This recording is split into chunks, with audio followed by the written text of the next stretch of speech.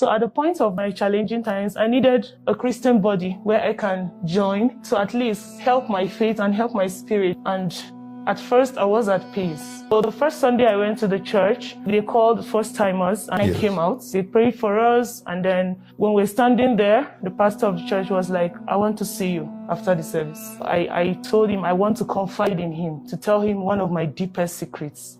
He prayed with me and told me I shouldn't feel guilty at all of what I've done before. So I said, okay, thank you so much, sir. The second time was when I went back. And then when I went back, he said I should meet him at the office. So I entered the office, he gave me water to drink. All of a sudden, I started feeling dizzy. I started feeling dizzy. I felt like I was sleepy, but I wasn't sleepy when I was coming. So what happened?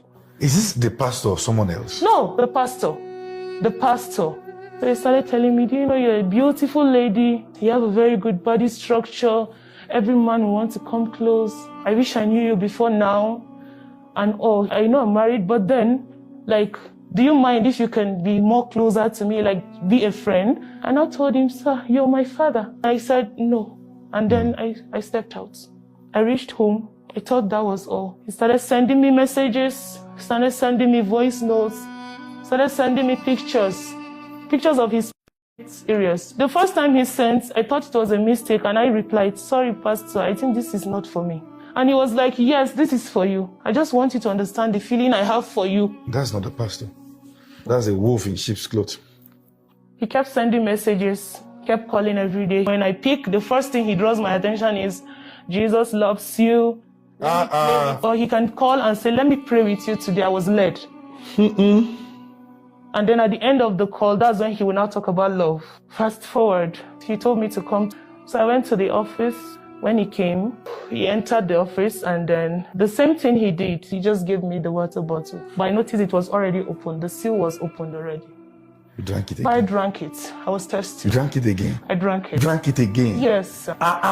I was thirsty. I don't know what came over. I was so thirsty. I had to drink. Then I was sitting on the chair. He sat on the table edge. Then he started me, making advances. And then he told me, no matter how I shout, nobody is going to hear me. He was stronger than me. I was vulnerable. He succeeded in me. And when I came back to my consciousness, I was just crying. I was so emotional. But I noticed he wasn't bothered. It was something like it was normal to him.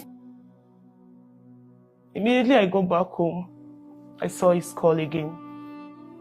He said on Tuesday Bible study, I should come and see him in church. So I went to church. You went to church? Yes. Who preached? Him. And you were seated? I was seated. And he was seeing you? He was seeing me. And he preached? He preached. What was the topic that day? He was preaching on how some pastors fall, luring other ladies, and how the spiritual life of the lady are not really strong. So he was encouraging the youths to be sensitive and not to just take spirituality casual. He was encouraging the youths to be on fire.